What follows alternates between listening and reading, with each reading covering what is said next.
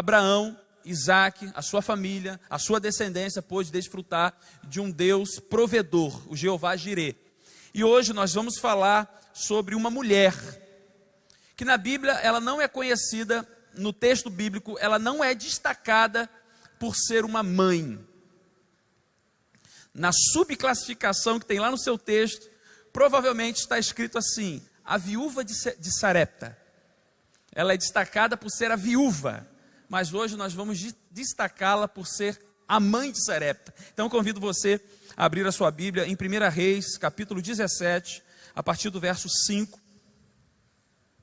Nós vamos ler do verso 5 ao verso 24, o texto de 1 Reis, capítulo 17.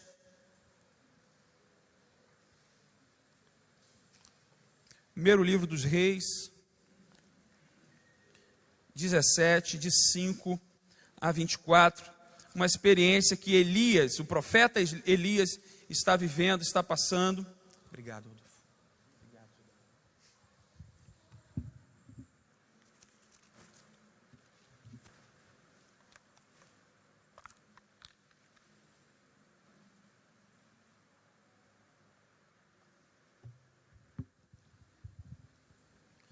O texto, na palavra de Deus, você pode acompanhar na projeção, ou na sua Bíblia, ou acompanhe a nossa leitura. Elias foi e fez segundo a vontade do Senhor. Na tua versão talvez esteja como a palavra do Senhor. Retirou-se e ficou morando junto ao ribeiro de Querite, nas imediações do Jordão. Os corvos lhe traziam pão e carne pela manhã, bem como pão e carne ao anoitecer, e ele bebia a água do ribeiro. Mas passado alguns dias, o ribeiro secou, porque não chovia sobre aquela terra. Então, a palavra do Senhor veio a Elias dizendo, levanta-se e vá a Sarepta, que pertence a Sidom, e fique por lá. Ali ordenei a uma viúva que dê comida para você. Então ele se levantou e foi a Sarepta. Chegando ao portão da cidade, encontrou uma viúva que estava apanhando lenha. Ele a chamou e lhe disse, por favor, traga-me um pouco d'água numa vasilha para que eu possa beber. Quando ela já estava indo buscar a água, Elias a chamou e lhe disse, traga-me também um bocado de pão, por favor. Porém ela respondeu, tão certo como vive o Senhor, seu Deus, não tenho nenhum pão assado. Tenho apenas um punhado de farinha numa panela e um pouco de azeite num jarro. E como você pode ver, apanhei 2 pedaços de lenha e vou preparar esse resto de comida para mim e para o meu filho. Vamos comer e depois morreremos de fome. Elias disse a ela, não tenha medo, vá e faça o que você disse. Mas primeiro faça um pãozinho com o que você tem e traga-o para mim. Depois, prepare o resto para você e para o seu filho. Porque assim diz o Senhor, Deus de Israel. A farinha da panela não acabará, e o azeite do jarro não faltará, até o dia em que o Senhor fizer chover sobre a terra. A viúva foi e fez segundo a palavra de Elias. Assim comeram ele, ela e a sua casa durante muitos dias. A farinha da panela não acabou, e o azeite do jarro não faltou, segundo a palavra do Senhor, anunciada por meio do profeta Elias. Depois disso, o filho da mulher, dona da casa, adoeceu, e a doença dele se agravou tanto que ele morreu. Então a mulher disse a Elias, o que foi que eu fiz a você, homem de Deus? Você veio aqui para trazer à memória a minha iniquidade e matar o meu filho? Elias respondeu, dê-me o seu filho. Ele o tomou nos braços e levou-o para cima, ao quarto, onde ele mesmo estava hospedado, e o deitou na cama. Então clamou ao Senhor e disse, ó Senhor meu Deus, por que afligiste também esta viúva?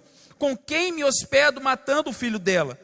E estendendo-se 3 vezes sobre o menino, clamou ao Senhor e disse, ó Senhor meu Deus, peço-te que restituas a vida a este menino.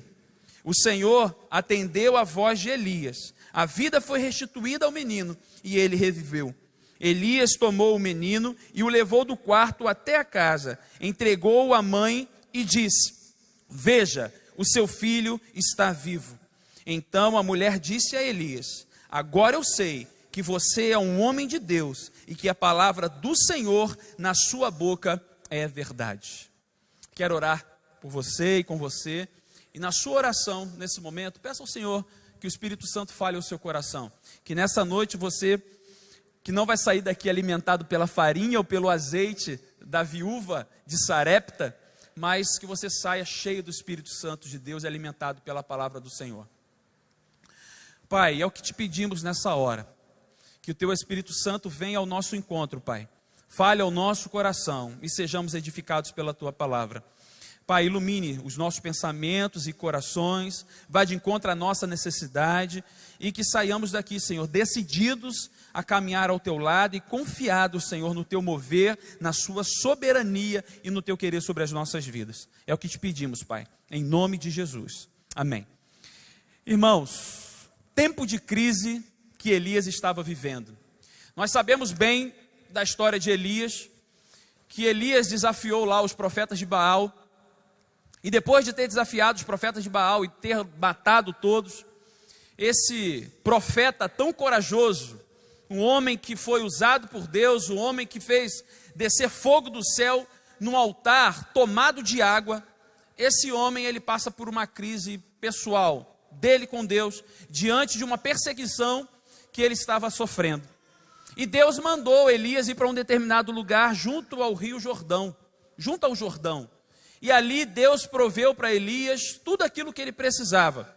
O texto que nós iniciamos lendo, a partir do verso 5 do capítulo 17, 1 Reis, diz que Elias estava num determinado lugar onde Deus mandara ele estar. Ele estava no lugar onde Deus mandou ele estar. E naquele lugar, um lugar de refúgio, Elias estava vivendo bem, relativamente, embora estivesse fugido. Mesmo fugido, Deus proveu sobre a carne, sobre as necessidades de Elias. O texto bíblico diz que existia ali a carne, que os corvos levavam até ele, ele se alimentava de carne, ele se alimentava da água do próprio ribeiro. Mas a fonte secou. O texto bíblico também diz para a gente que num determinado momento, aquele ribeiro secou, porque faltou chuva naquele lugar. Uma grande seca aconteceu naquele lugar. E Deus dá um novo direcionamento para Elias. Deus sempre provendo sobre a vida do profeta. Enquanto o Elias ele estava obediente à voz do Senhor, fazendo-se cumprir a palavra do Senhor, a ordenança do Senhor, Deus foi suprindo todas as necessidades de Elias. E no determinado momento, o Senhor ele faz um direcionamento diferente para a vida de Elias, onde nós entramos no versículo 8. Então a palavra do Senhor veio a Elias dizendo: vá até a cidade de Sarepta, e ali estará uma mulher, e ainda dá um detalhe, né? Sarepta, que fica em Sidom, lá estará uma viúva, e ela vai cuidar de você. Eu vou cuidar de você através dessa viúva. Olhando para esse texto, queridos, eu fico imaginando que Deus poderia ter usado qualquer pessoa, inclusive pessoas com mais recursos, para ajudar Elias. Deus poderia ter usado um homem empreendedor da cidade de Sarepta. Deus poderia ter usado um grande empresário de Sidom, que de repente daria uma casa, recursos, comida à vontade. Poderia ter dado a ele uma família, ter colocado Elias na casa de uma família, que daria do bom e do melhor para o profeta, para o homem de Deus. Mas curiosamente, o texto nos relata que Deus separa uma viúva. E a gente sabe que a história da viúva, nos dias de hoje, já são dias difíceis. Não é à toa que Deus, sabendo da dificuldade que cada viúva enfrenta, Deus separa diáconos na igreja primitiva para tratar das necessidades, das distribuições para as viúvas, para os órfãos, para os necessitados. Então, aquela que se encontra na viuvez tem um lugar especial, tem um cuidado especial por parte do próprio Deus. E desde o Antigo Testamento a gente percebe isso. Nesse texto a gente percebe isso. Deus tinha um plano, não só na vida de Elias, mas Deus tinha um plano naquela viúva que era uma mãe. Ela era uma mãe viúva. Você conhece algumas mães viúvas? Você conhece algumas mães viúvas que o homem, o esposo, o pai, antes de falecer, era o provedor da casa? Se esse homem, antes de morrer, não deixou uma pensão, não deixou algum empreendimento, não deixou algumas casas, não deixou algumas coisas para essa família, como vive essa pessoa? Nos nossos dias, com todo o auxílio governamental que a gente tem, com todos os recursos que nós temos hoje, com igrejas que auxiliam, como vive uma viúva hoje, nos nossos dias? Vamos para o mundo bíblico. Como viviam as viúvas nesse tempo? Se a família do falecido não assumisse, essa mulher, ela ficava à deriva. Ela tinha que dar o jeito dela. Ela tinha que sobreviver. Lutar pela existência diária. Cada dia buscar o seu alimento. Isso fica muito claro nesse texto aqui. O texto não relata quanto tempo o marido dessa mulher tinha morrido, mas o texto relata que ela era uma viúva, que tinha um filho, que ela estava ali pegando alguns galhos naquele momento, alguns gravetos naquele momento, lenha naquele momento, para consumir o último punhado de farinha que tinha, para fazer um pão, e depois da comida, o que aconteceria com eles? Morreria. O texto é muito direto. Aquela mulher, ela fala para Elias: olha, eu não tenho como te ajudar. Eu não tenho como te ajudar. Esse pedido que você está me fazendo, homem, porque ela não sabia até qual era o nível de patente, podemos assim dizer, de Elias. Eu não tenho como te ajudar. Mal eu tenho para mim, mal eu tenho para o meu filho, e eu vou dar prioridade para o meu filho. Que mãe não faria isso? Que mãe não faria isso? Mesmo sabendo da sua condição. Qual era a condição? Sou viúva, a seca é grande, não tem chuva, não tenho como beber, não tenho como produzir farinha, eu vou fazer a minha última alimentação, eu e meu filho, e nós vamos morrer. Essa era a história daquela mulher que estava prestes a acabar. Até a chegada do profeta Elias na vida daquela mulher, aquela mulher já tinha assinado o teu atestado de óbito. Ela tinha uma condição: eu vou me alimentar, eu e meu filho nós vamos morrer, nós não temos mais recursos. Provavelmente aquela mulher já tinha tentado de tudo. Porque cá para nós, se eu me deparo com uma condição de morte, eu vou até o limite. Eu vou pedir comida para todo mundo que eu ver. Porque eu não quero morrer de fome. Você faria isso? Se você tivesse muita fome, de repente por causa do orgulho, alguns morreriam de fome trancados dentro de casa. Talvez você, como eu, bateria de porta em porta pedindo alguma coisa para não ter que morrer de fome. Nem eu, nem os meus filhos. Essa mulher, provavelmente, pelo amor que ela demonstra pelo seu filho, ela tinha tentado todos os recursos. Ela já tinha pedido comida a todo mundo. Provavelmente ela já tinha batido de porta em porta. Mas o que ela tinha era um punhado de farinha, um pouquinho. Vamos lá, vamos no texto para a gente poder sacramentar aqui e fechar a informação correta. Não tenha medo, vá e faça o que você disse, mas primeiro faça um pãozinho com o que você tem e traga-o para mim. A farinha da panela que ela tinha era para fazer esse pão e finalizar a vida. Queridos, no tempo que nós estamos vivendo, nós temos muitas viúvas que precisam de cuidado. No tempo em que nós estamos vivendo, existem muitas pessoas que estão nesta condição aqui. Pessoas que não têm o que comer amanhã. Não têm o que comer amanhã. E assim como Elias tinha a voz profética,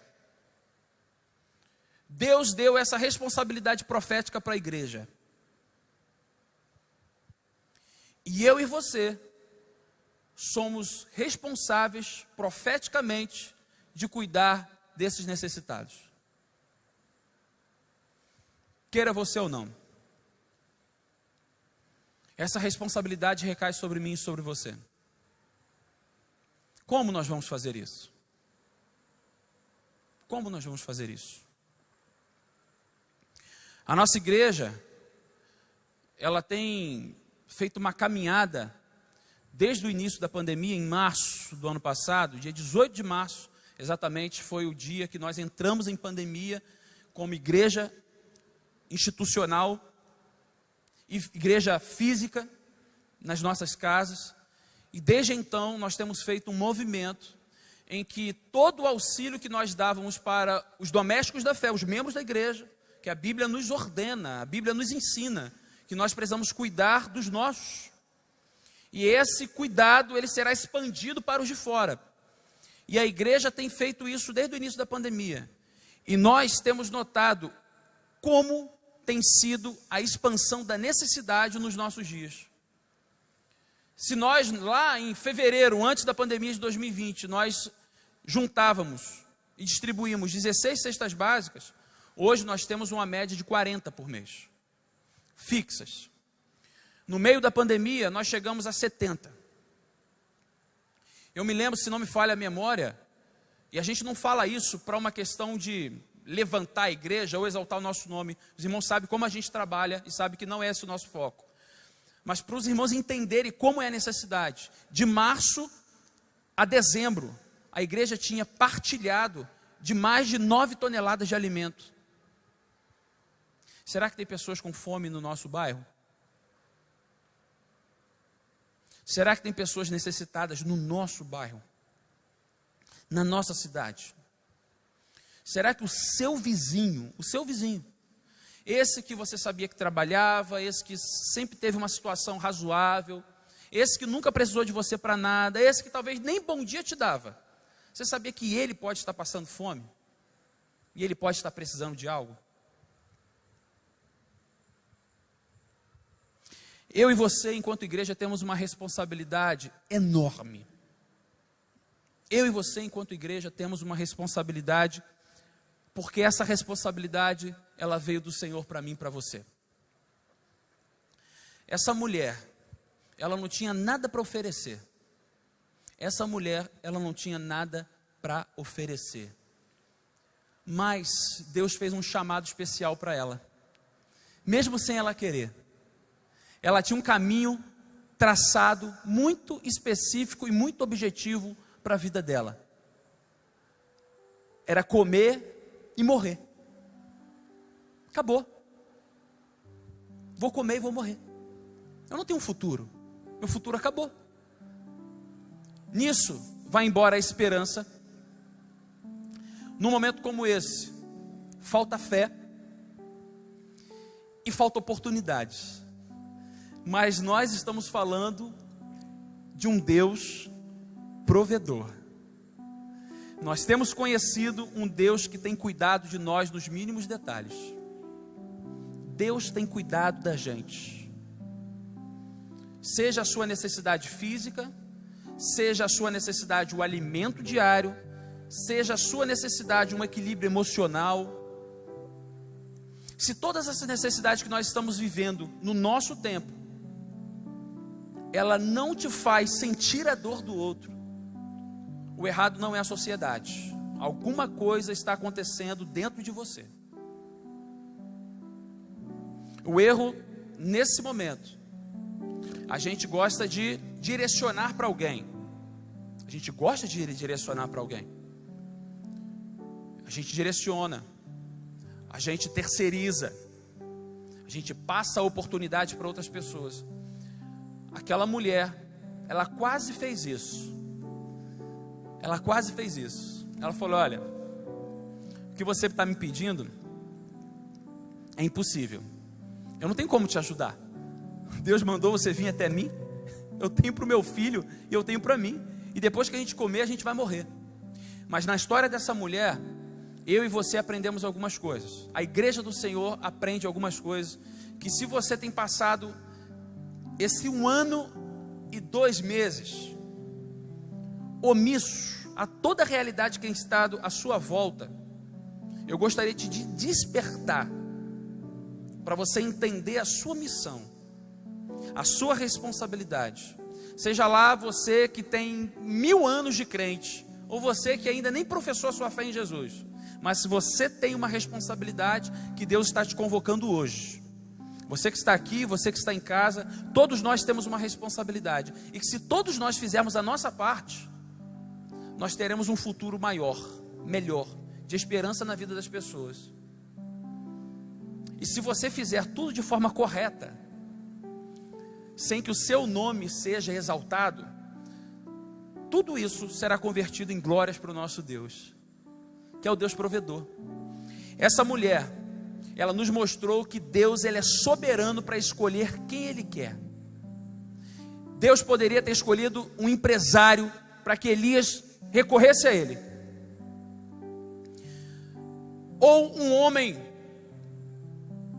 muito articulador em Sidom, em Sarepta, um homem influente, que ia colocar Elias na boca do gol, de frente para o jogo.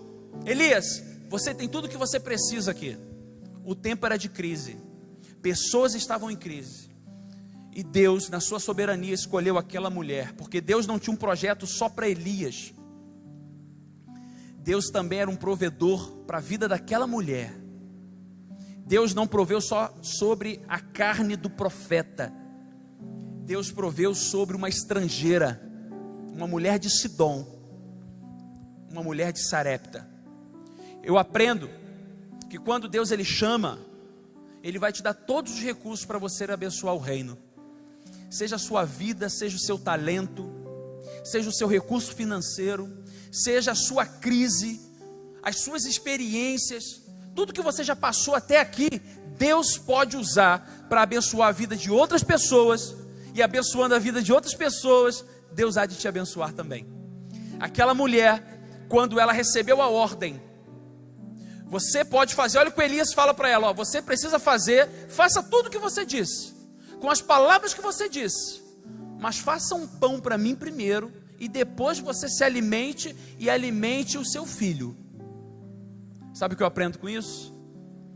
Mateus capítulo 5, buscar primeiro o reino de Deus e a sua justiça, e todas as outras coisas vos serão acrescentadas. Estamos falando do Antigo Testamento, estamos falando do texto de Reis.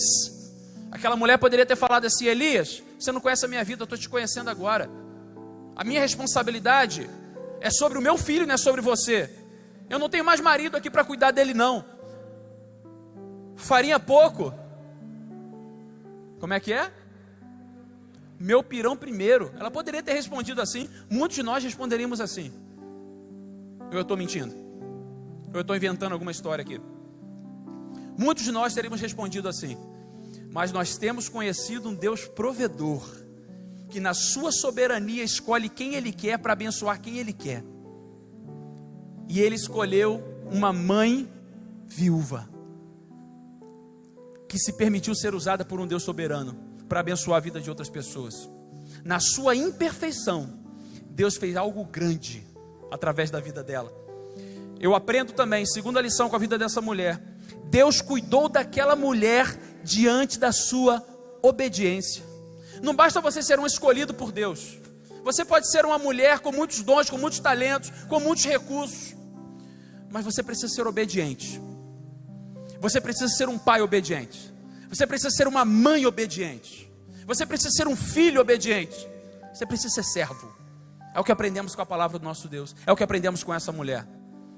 Essa mulher, quando ela ouve a voz do profeta, e quando ela entende que havia uma ordem ali de Deus, ela se submete a ela. Ela, num primeiro momento, ela contra-argumenta: o que eu tenho é para a gente. Mas Elias foi ousado com a sua autoridade, a autoridade que Deus tinha dado a ele. Você faça conforme você disse, mas antes faça o pãozinho para mim, e depois você cuide dos seus. Deus cuidou daquela mulher diante da sua obediência. E nós temos deixado às vezes, você tem deixado, presta atenção nisso. Você talvez esteja deixando de desfrutar grandes experiências com Deus, grandes coisas diante de Deus, porque você não tem sido obediente a tudo aquilo que Deus tem te pedido. Talvez hoje Deus esteja pedindo algo para você, e talvez Ele já esteja falando com isso você desde semana passada, quando você ouviu o pedido de Deus a Abraão, que era o seu filho Isaque. Talvez Deus esteja pedindo algo muito específico para você, um tempo. Deus esteja recorrendo a um chamado que Ele te fez lá atrás e você declinou, a uma vocação que Ele te deu, ao investimento do seu tempo com Deus. Talvez Deus esteja pedindo o engajamento da sua família com o reino de Deus. Talvez Deus esteja pedindo de você: olha, eu te dei a vida, eu tenho te livrado, eu tenho cuidado, eu tenho suprido, e você está deixando a sua juventude passar, os seus dias passar, o seu tempo passar, e você não tem investido no reino.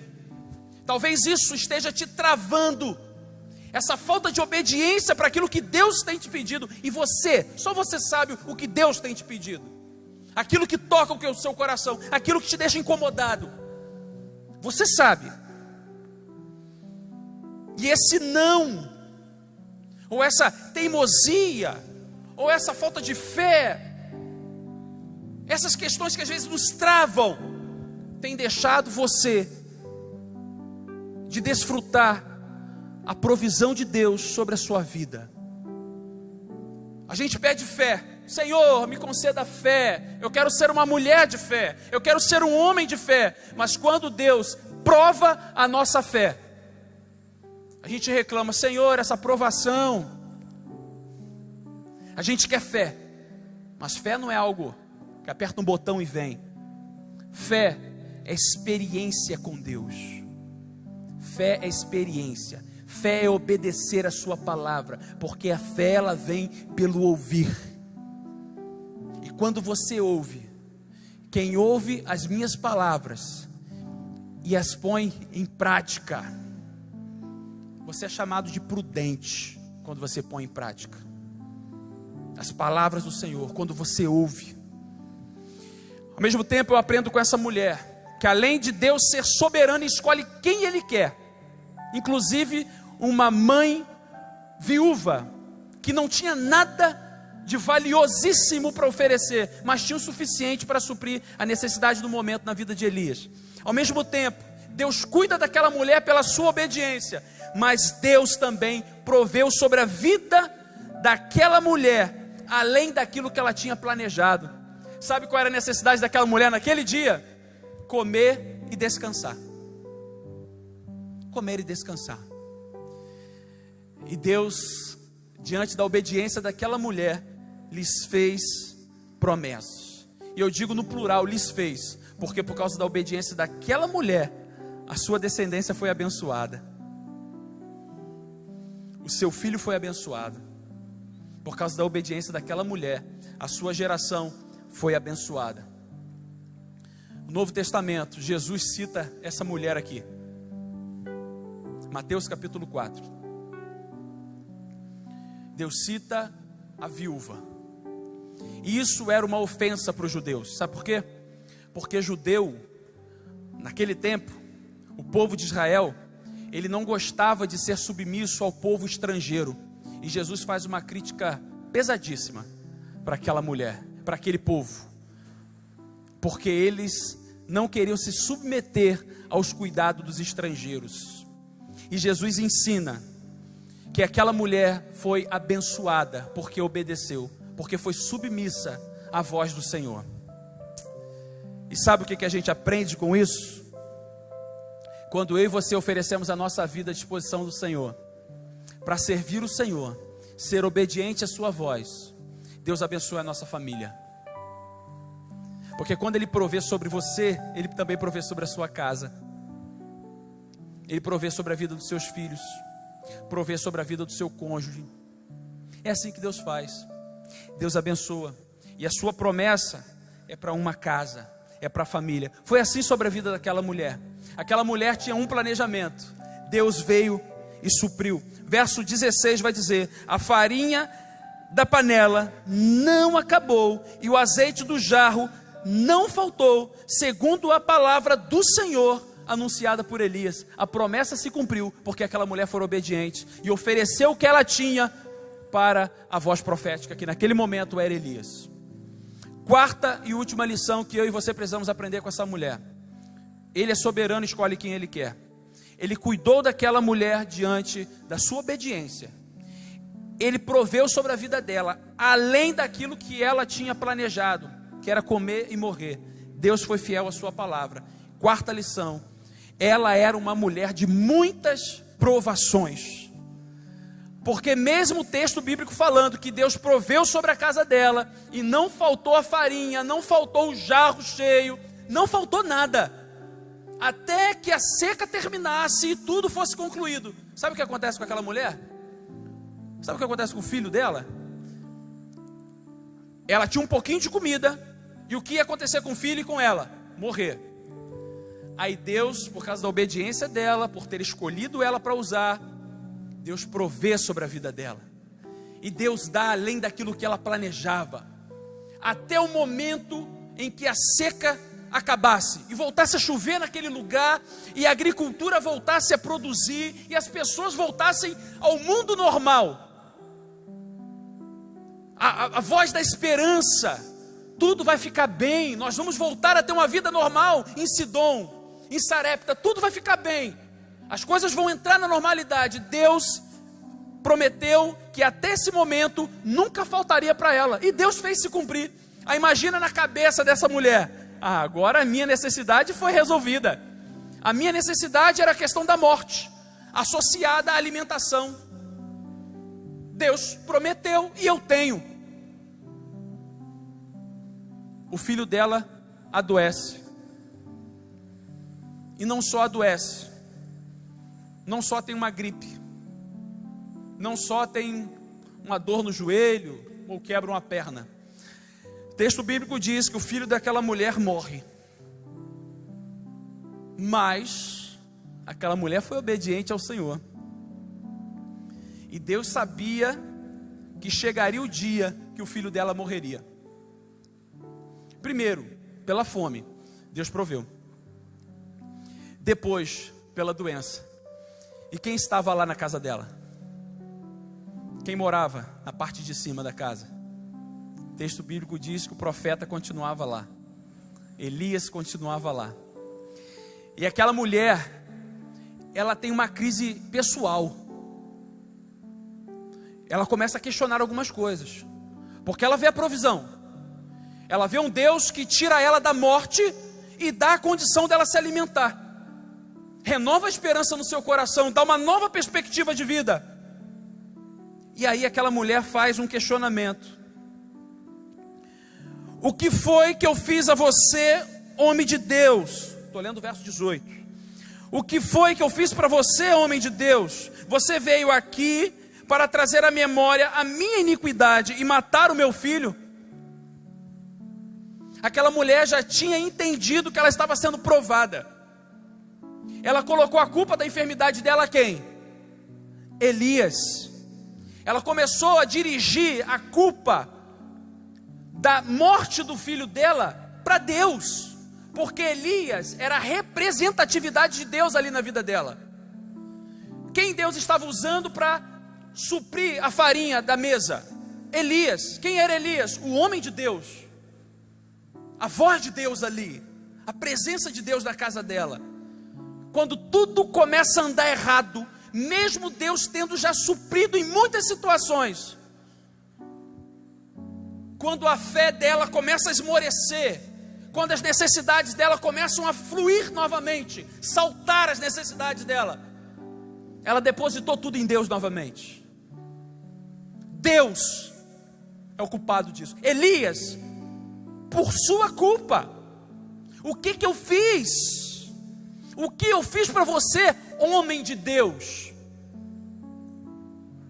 Parece estar passando por esse momento de iniquidade, para que você venha aqui e mate o meu filho. O filho dela já estaria morto se ele não estivesse ali. Percebe? Quando a gente quer culpar alguém, quando a gente quer culpar Deus das nossas situações, das provações que nós vamos vivendo, a gente culpa Deus independente do que Ele já fez sobre a gente, sobre a nossa casa.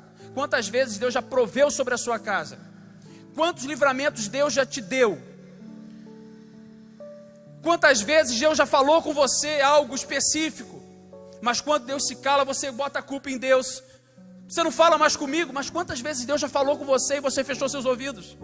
Quantas vezes Deus já tratou o seu coração numa coisa muito específica, numa situação muito específica, e nem voltar para agradecer, você agradeceu. Deus não é vingativo que vai te punir porque você não voltou para agradecer. Senão Ele não seria Deus, se Ele fosse vingativo. Ele é soberano, Ele faz o que Ele quer, com quem Ele quer. A prova disso é essa mulher aqui. Ele faz com quem Ele quer, do jeito que Ele quer, na hora que Ele quer. Mas nós temos um Deus de amor, um Deus sensível, que contempla o nosso coração, um Deus que sabe as nossas necessidades. E Deus sabia da necessidade dessa mulher aqui, mesmo na hora da crise existencial dela.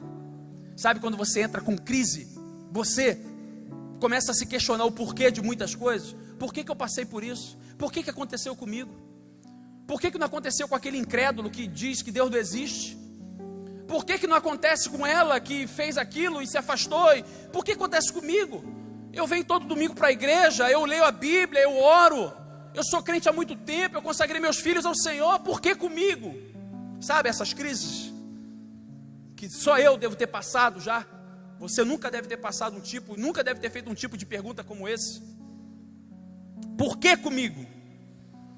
A gente quer encontrar o culpado, a gente quer colocar na conta de alguém. Mas Deus, que cuida de nós, o Deus que é provedor, mesmo quando a gente não vê possibilidades, aquela mulher, eu nunca li antes de 1 Reis capítulo 17 sobre aquela mulher, eu nunca tinha lido, provavelmente você não. Aquela mulher provavelmente nunca tenha visto alguém ser ressuscitado. Ou seja, no coração dela, as esperanças acabaram. Meu filho está morto. Acabou a esperança. Acabou o projeto. Agora eu por mim mesma. Eu seguindo nessa vida. Com farinha cheia na botija, com água, com azeite. Tenho tudo. Mas só eu, meu filho morreu. Quem eu amava morreu. Pense como um coração de mãe agora. Tente pensar com o coração de uma mãe. Meu filho morreu, acabou. E diante desses momentos, a gente às vezes coloca algumas coisas na conta de Deus. Por que não? Ou por que sim? Por que aconteceu? A gente começa a questionar. E por mais humano que isso seja, a gente não vai conseguir entender o porquê de muitas coisas. Porque Ele é soberano.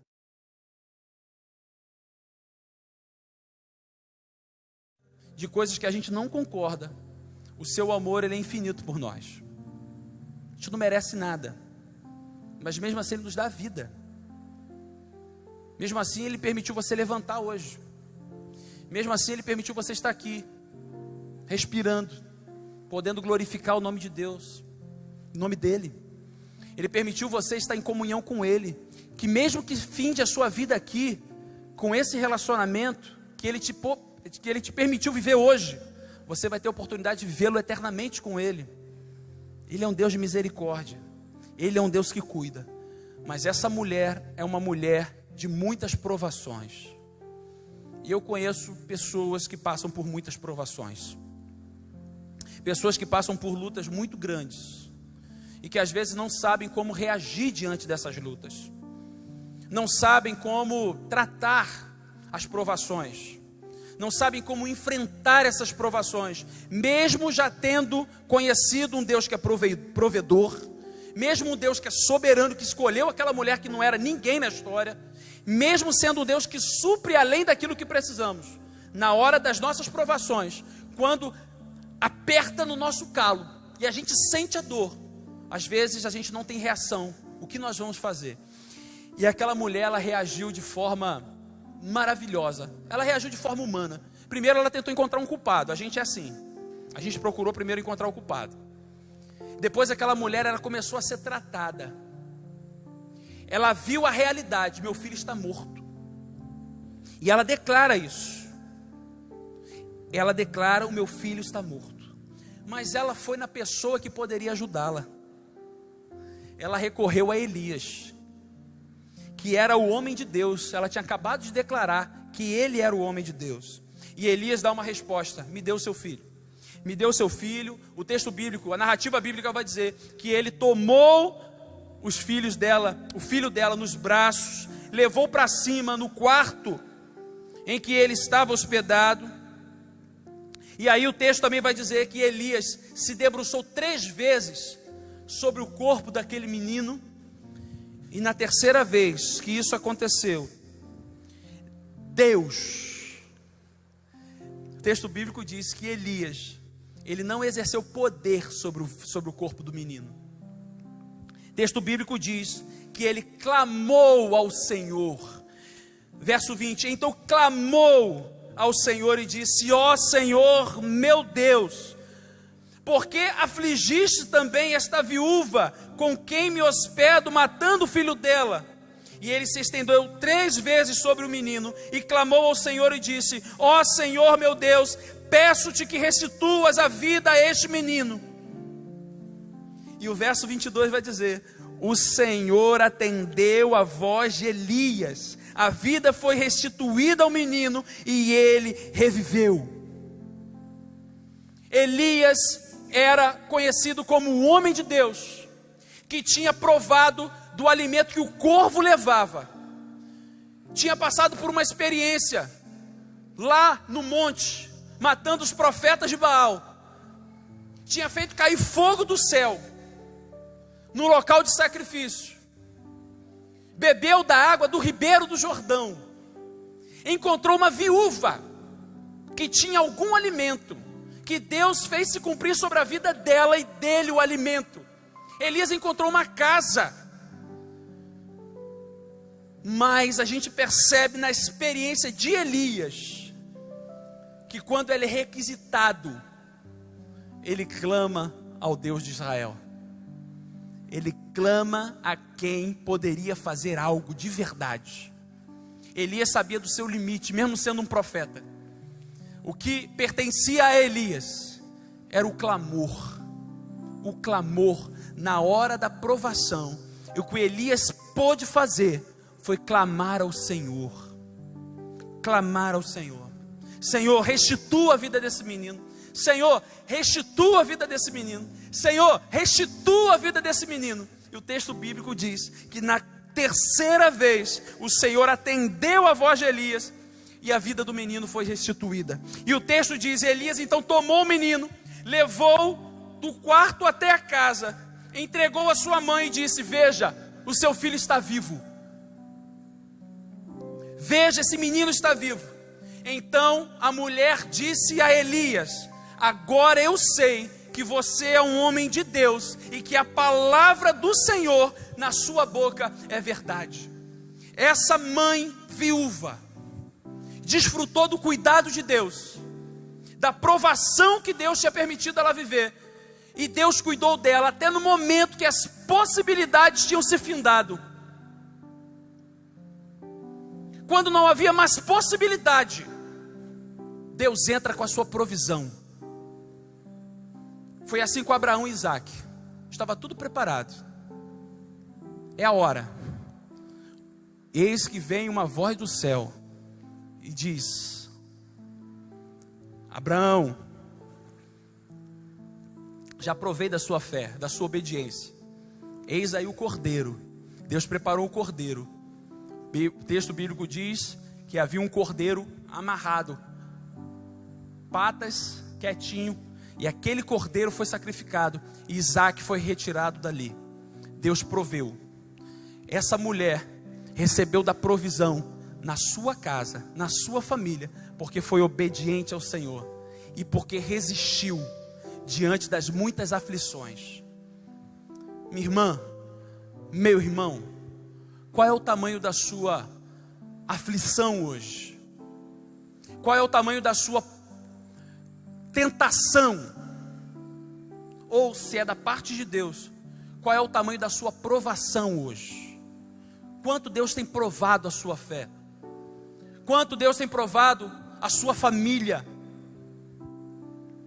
quanto Deus tem te permitido ter nesse momento para oferecer, para abençoar o reino. Essa mulher não tinha nada praticamente aos olhos dela, mas para Deus era tudo aquele nada dela.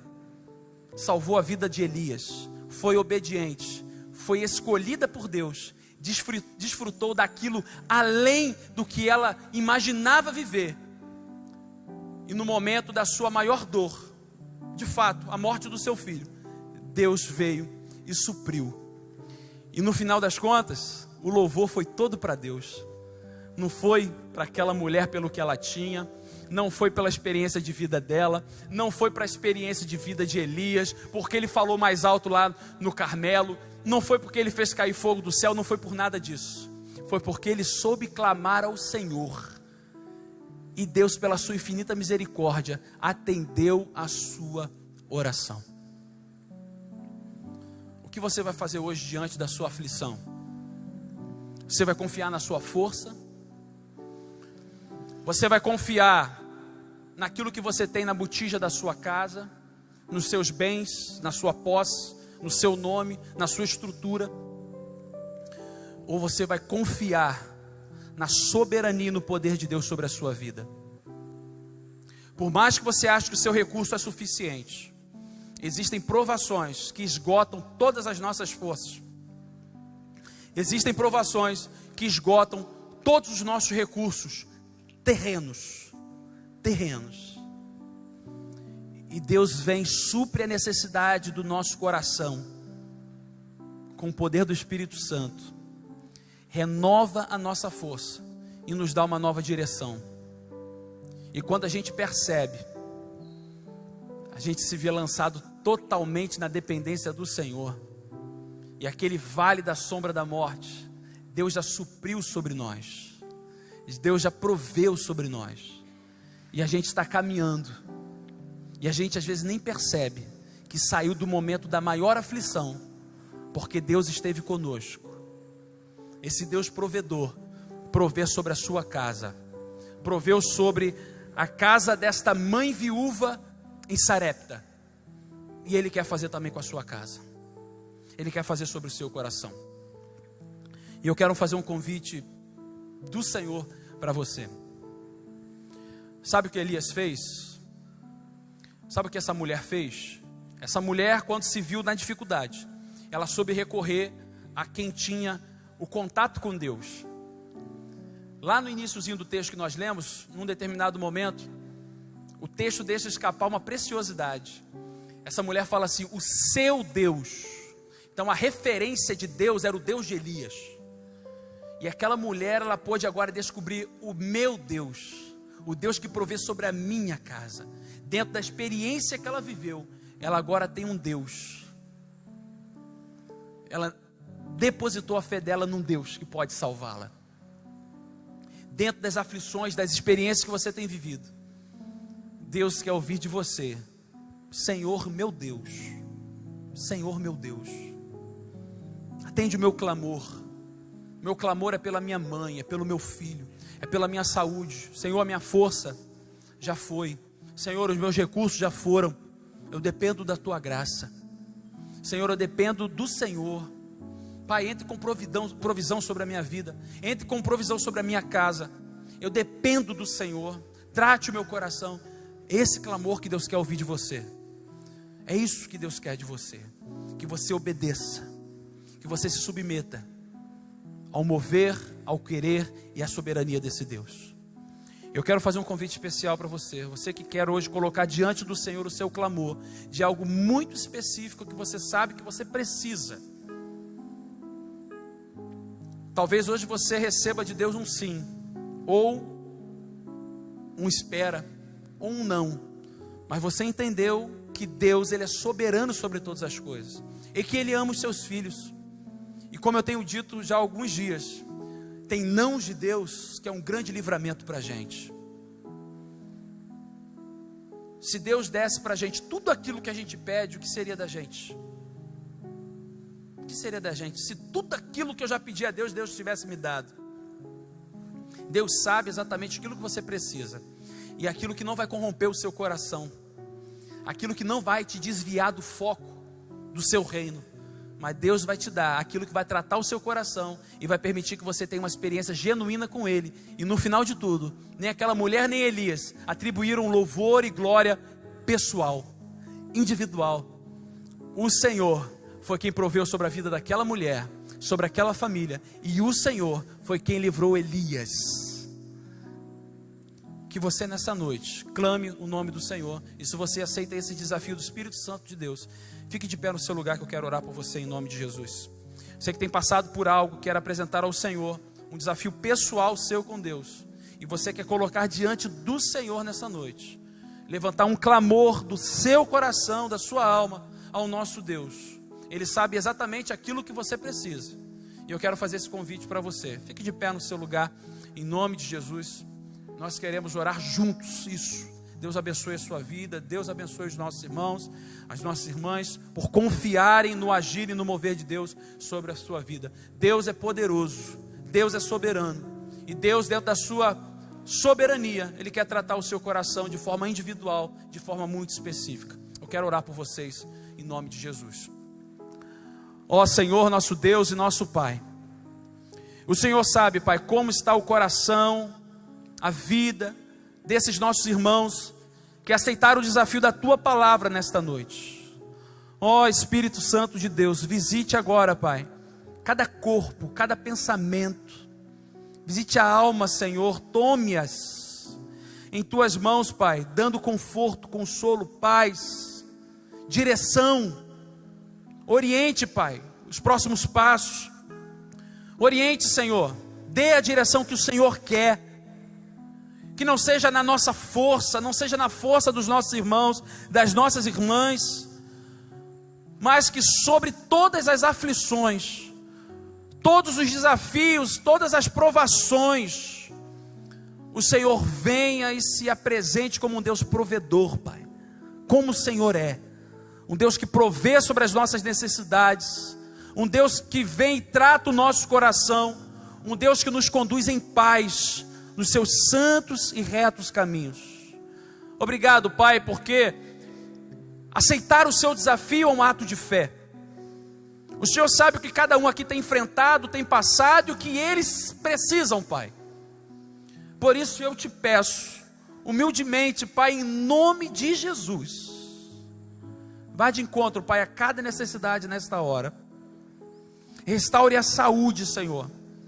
Restaure, Pai, os relacionamentos. Cure por completo, Pai, essas famílias, estas vidas. Venha com Teu poder, Senhor, e realize um milagre. Assim como Tu realizaste, Pai, sobre a vida daquela mulher e daquela descendência. Assim como o Senhor realizou sobre a vida de Elias e de tantos outros profetas. Eu creio no Teu poder e naquilo que o Senhor pode fazer nos nossos dias. Manifeste, Pai, o Teu poder sobre nós, e que o Teu nome seja glorificado, pelo sim ou pelo não, que o Teu nome seja glorificado sobre as nossas vidas. Nós temos uma certeza, Senhor, a nossa vida está em Tuas mãos, e nós somos totalmente dependentes do Senhor. É o que eu te peço, te agradeço nesta hora, em nome de Jesus, amém. Que Deus abençoe a sua vida, meu irmão.